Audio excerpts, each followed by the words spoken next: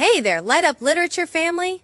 Welcome to Recognizing Point of View, brought to you by Light Up Literature Curriculum, where every learner can shine. This lesson's all about figuring out who's telling the story and how that changes what we see, feel, and understand. Have you ever noticed how a story sounds totally different depending on who's telling it? Let's dig in and find out why that matters. By the end of this lesson, you'll be able to spot who's telling a story and explain how that point of view changes what you understand. You're going to start thinking like an author and noticing whose eyes you're seeing through. Let's power up those reader skills, family. Point of view means who's telling the story and how much they know. Think of it like a camera. If the narrator's the camera, where's it pointed? Are we inside the story or watching from the outside? That choice changes what we learn and how we feel about the characters. The narrator's position decides what you know, what you don't, and how much you can trust them.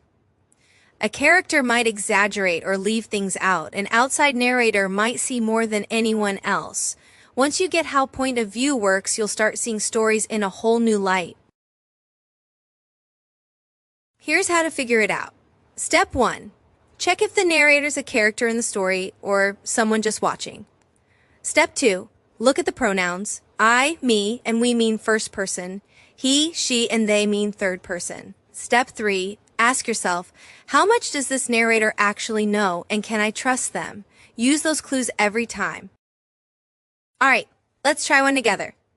I couldn't believe my eyes when I saw the huge cake on the table. It was my birthday, and my parents had thrown a surprise party for me. What point of view is this written in? Pause the video and take a second to think about it.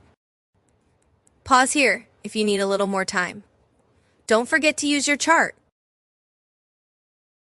Okay, Light Up Literature family. Let's check it out. This passage is written in first-person point of view. The narrator says I and my, which means they're part of the story and sharing their own thoughts.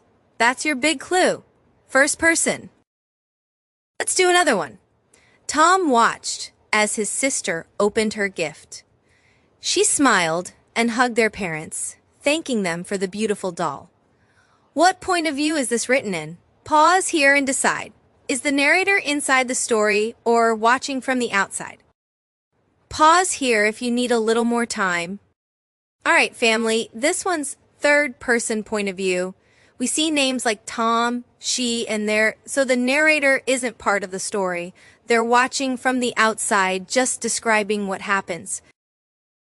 Here's one more. We decided to take a hike up the mountain. The view from the top was breathtaking, and we could see for miles. What point of view is this written in? Pause the video to figure it out before checking your answer.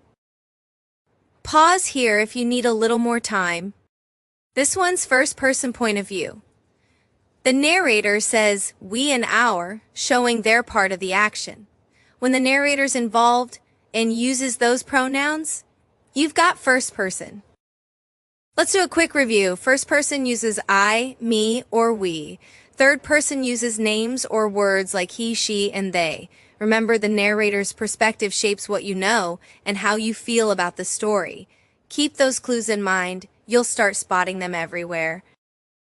You did it. I'm so proud you stuck through it until the end. And of course, how hard you worked today. Keep practicing this skill in your reading and notice how stories change depending on who's telling them.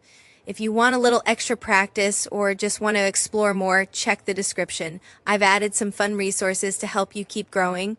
And when you're ready for your next reading adventure, you can always stop by light-up-literature.com. You've got this, and I'll see you in the next lesson.